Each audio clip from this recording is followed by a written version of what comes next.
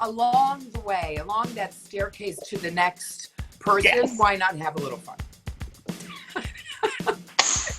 The show must go on without you. That's simply what I said. And I don't think that's a major dig. It's just the truth. The day I got off probation is the day I found out that he went to jail. Hold on.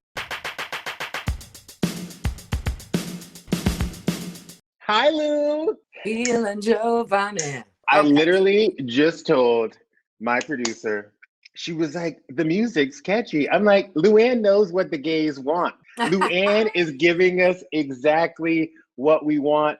Are you bummed that the cabaret is done? There's no more touring? Well, no, it's not done. The cabaret is just on hiatus for the moment. I'm booking shows right now into the fall and 2021. So my cabaret tour continues. Mary F. Kill will be on the road. I love it. Were you surprised when people responded the way that they did to the show? Because I feel like for me, it almost took off immediately. The cabaret show? The cabaret show. It was like, it was Yeah, on fire from day one. You know, I feel very fortunate because, you know, the fans of the Housewives are rooting for me 100%. You know, Yeah. after what happened to me, they were, you know, inspired to see that after such a hard fall, I got up, and not only got up, I got up on stage. So it was a difficult time for me, and to be able to turn that around and create a cabaret show that it's a fun show. It's, you know, I tell you stories from the past. I do a Q&A with the audience, which they love. And I sing my you know, my classics, which are Chic and Money. And now I have a new song in the new show, which is Mary F. Kill, which is Viva La Diva. Yes. There's a diva deep in all of us. So with Desmond Child, who produced it, who's an amazing producer and songwriter and singer himself. He wrote Living La Vida Loca and Living Out a Prayer. So he's huge. Yes. I feel honored to be able to work with such an artist. And so that's coming out this summer. It'll be a summer dance tune. You mentioned something, and I'm happy you mentioned it, because you said the Bravo fans have stuck with you through thick and through thin, even when you were at your lowest. Right. I always wanted to ask you, because you don't need the money. You could have sat a season out and licked your wounds and hid the story from everybody. What made you go back to Housewives? Well, because first of all, we were filming when this happened. So, you know, it was just part of my reality and part of what happened to me. And it was painful. It was really painful to go through, let alone to go through personally, but to have the whole world go through it with you and know everything. It was very, very difficult. But, you know, like they say, what doesn't kill you makes you stronger. And I chose to see it as an opportunity to improve myself and work on myself. And that's exactly what I did. You know, that's why I went to rehab and I stopped drinking. Everybody's, you know, rehab gets such a bad rap, but let me tell you, it was the best thing I could have ever done for myself. Damn. And taking care of myself. And so, you know, I went back to the show because the women also were very supportive. You know, they were nurturing and helping me, and, you know, which is not always the case. No. As you know. So I felt I was going to be okay with them and filming. And so I went back and, you know, listen, you can stay at home and hide under the covers, or you can get out there and face your fears. And that's how I live. Now, looking back on it, because looking at this season and last season, you start the season off where, spoiler alert, it's the end of it. It's over. You are starting your life anew. Yes. Looking back on the whole process, what was the worst part for you?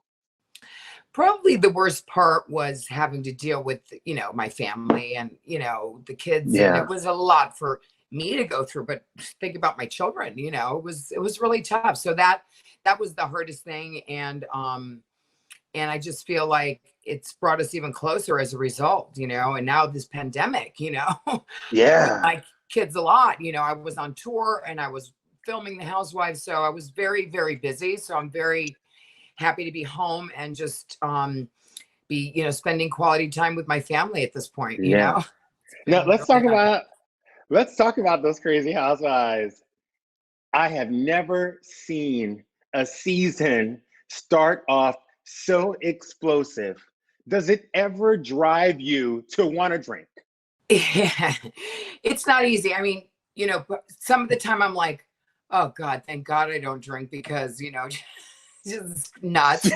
And the other part is, so it was like 25-75. There was 25% of me is like, oh God, it would be just so good to take away the stress of, Right? having to hear this and go through this. But 75% of me was kind of enjoying watching it happen. Like they're like, come in the pool, Lou, come in the pool. I'm like, let me think about that. No. No. No. How But does funny it? was that? That was one of the greatest moments ever. The morning after, when she got up and she saw her house, was honestly one of the best reactions I've seen in reality TV. But what I like about you, and I say this about a few people who have been through the program and who have worked the system and gone on that journey themselves, there are two types of people. There is one type of person who will push the program on everybody and anybody who is having one too many glasses of wine. Right.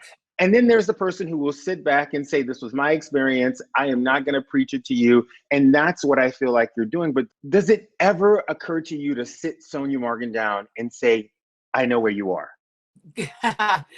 Well, yeah, but I've tried to take Sonia. Remember at the last season, I took her to a meeting and you saw that reaction. Yes. So, it's people have to want to be able be doing that for themselves. I mean, I would never force, sobriety or the program on anyone. I mean, I think when people are serious about it, they are going to search it out. What about Leah? Do you see that happening? Because I mean, I get why she doesn't drink, because I turn into a Tyrannosaurus Rex too when I get too drunk on a little bit too much tequila. Yeah. Was it like, whoa, I now see why you don't drink? And do you want to be that protective mama bear that's like, we need to have a conversation? Well, it was apparent to all of us why she doesn't drink at that point. But you'll see as the season progresses how she deals with it and how she handles it. I mean, I have to say it takes a couple of times to realize what's happening with her drinking. And as you can see, the family's concerned about it. Again, I don't feel like I need to weigh in there. I think Leah's grown up, as we have seen. She's, a woman who is, a tough New Yorker. She owns her own business. Tough. She's got a beautiful daughter. She's got her parents weighing in and her ex-husband weighing in, or not even next to her. What does she call him? Her baby daddy. Her baby daddy. Her baby daddy. I think he's more than a baby daddy. I'd like to see a better term for him. He's her life partner. Yeah, I would. Have you found your life partner yet? Because I don't understand why you haven't. Me neither. Me neither. Well, listen, it's not for the lack of trying. I mean, oh, honey, God knows I've tried. When there's a man in the room and he is handsome, and we're all thinking, when that dog groomer and that masseuse and that walked in, or the tennis pro, everybody in America is thinking, wow, I wish I was there to hit on him. And then all of a sudden, you just do what we think. Well, let me tell you, they were very attractive. And, listen, we're a house full of girls. They're all doing their thing. And I'm like, well, I'm just going to have a little fun and flirt. What's wrong with flirting? Right. Right. But how hard is it to go from, because I like a man with power. I love a man that has power. Am I going to end up with a tennis pro or a massage from a dog groomer? Probably not. But, along the way, along that staircase to the next person, why not have a little fun? I mean, come on. Look, I talked to someone. I think a lot of sex appeal, and I think, keeping yourself, keeping the sex on is good. I mean, otherwise you lose the ability to be able to flirt, effectively. So it's just practice. It's just practice, but you also got to practice that skill to make sure when you do need it to find a viable mate, it's going to be there and be ready. Exactly. You made some comments that I loved regarding the show. And you honestly spoke from the heart about Bethany Frankel not returning. Bethany Frankel obviously got wind of said comments and responded back. Do you regret saying those comments? I didn't really say anything bad. I just said that, you know, and you could see the footage that they showed on Bravo, which was her just screaming at me a lot. You know, God knows, you know, she's been helpful to me and been a friend at some points, but I mean, there was a lot that went down that weren't positive, you know, from showing me a picture of my fiance at the time, you know, on camera, let's not forget, because Yeah. it could have been shown otherwise. And so I just feel like there's been, you know, a lot of conflict between the two of us. So like I say, you know, I wish her the best. You know, there's more breathing room now that she's not around. Bethany takes up a lot of oxygen in the room, and because she's a big character. And you know, I wish her well. She left the show. That was her choice. She didn't tell us. So I just feel like she could have, you know, told us first before we found out the way we did.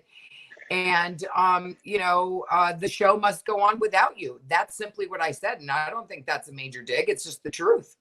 Because a lot of people actually don't know the timeline of what happened. I heard from a good source that you guys found out on Wednesday that she was not coming back and cameras were going up on Thursday. I can't remember exactly how it happened, but it was very soon after we found out that she wasn't coming back that we started filming. So, you know, we can't just pretend that Bethany isn't there. We have to address it. And whatever we said was the sentiment we felt, because we felt like she left us high and dry, and a friend just doesn't do that. I don't know. In housewife history, there's only been one other woman, Sheree, who came back as a part-time guest and came back so hard that they gave you an apple, put your ass in the middle of the next season, and said, here you go, you deserve this. After being on this show for that long, and after giving your life, giving your love, giving your secrets, giving your family, what did it feel like when that production company came to you and said, we're just going to bring you on as a friend? It never feels good when that happens. And although I was in every episode of that season, if you'll note. Ooh, I remember. So, you know, it was more of a contractual thing, and that happens sometimes. Mm-hmm. But you came back stronger than ever. Yeah, I guess you have to get arrested. I don't know. You got to get arrested to be in the middle, baby. You know, I try to keep a sense of humor about it. And that's the other thing, you know, my cabaret show, one of the reasons I think it's successful is I'm honest with the audience. I'm like, oh yeah, you know, and I self-deprecate about what happened to me, because I think people can relate. It could have happened to anyone what happened to me. And, you know, the police officer, by the way, that arrested me is in jail. For what? Making false arrests against people. No. Yeah. Karma's a bitch.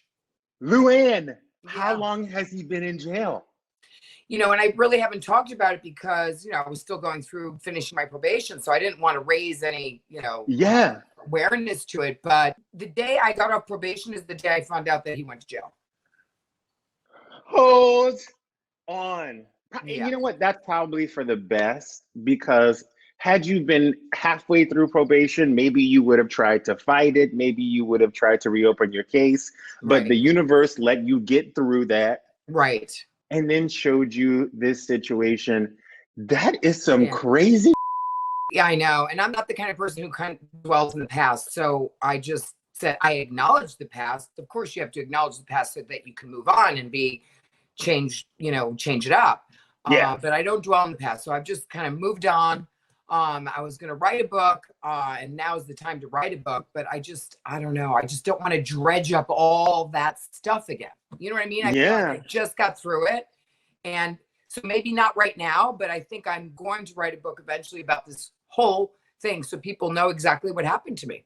Yeah, no, it's crazy. Then, by the way, I've been working with the Fortune Society, who help people who have been in prison when they come out to get a job, and they help them with housing and meals. Because look, who's going to give you a job if you've gone to jail, right? Nobody's going to give you a job. Nobody's going to give you a place to live. You know, so the Fortune Society, which is based in New York, helps people. And so I've been helping them to raise awareness. So, you know, it's just unbelievable how the prison system is just working people over. Yeah, no, it's insane. If you look back at your life, I feel like when I watch you do that cabaret, it's like you're living your Have you life's been to my dream. show?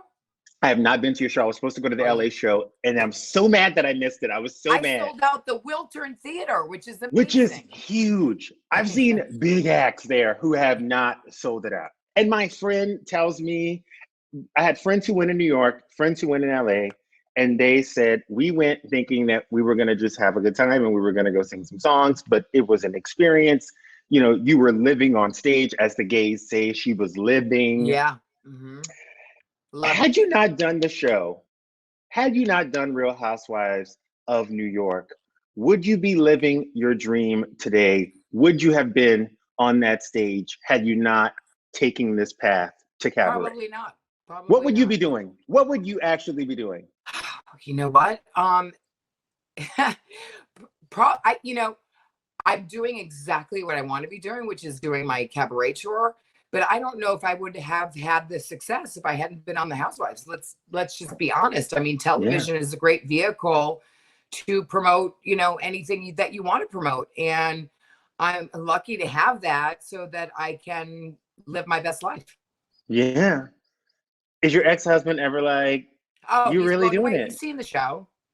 He's seen the show and he knows I'm a showgirl. You know, I used to work for Italian television, so television is not a new medium for me. And I used to be a showgirl in Italian television, and that's how we met in Europe. I was living in Milan. I met him in Switzerland, and this is how the whole thing happened. This is how I became a countess to begin with.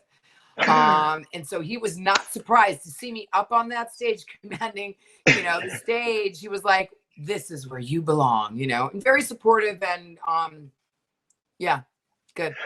How does one become a countess in less than 6 months? I need you to write that book. Because your husband and you had that timeline of you met, you went on a ski trip, and your ass got married months That's right. later, right? Yeah, 2 weeks later. Yeah. Mhm. Luann, what were you doing in those 2 weeks that man said, I'm going to make this woman a countess and I'm going to marry You her and know we're going to have what? kids? It was just pure magic, you know, when there's chemistry and you know it's right, you know it's right. I hope to God that it's happened to you or it will happen to you No, because it's just magic and you can't explain it. It's like chemistry and timing.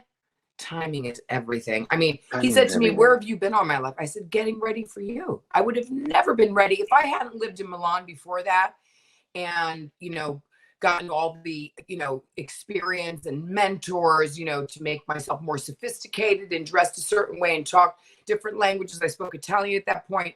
I would not have been ready for this French aristocrat who was so sophisticated, you know. And so when he met me, he said, "Where have you been all my?" I said, "Well, I was just getting ready." And how old were you when you lived in Milan? 25.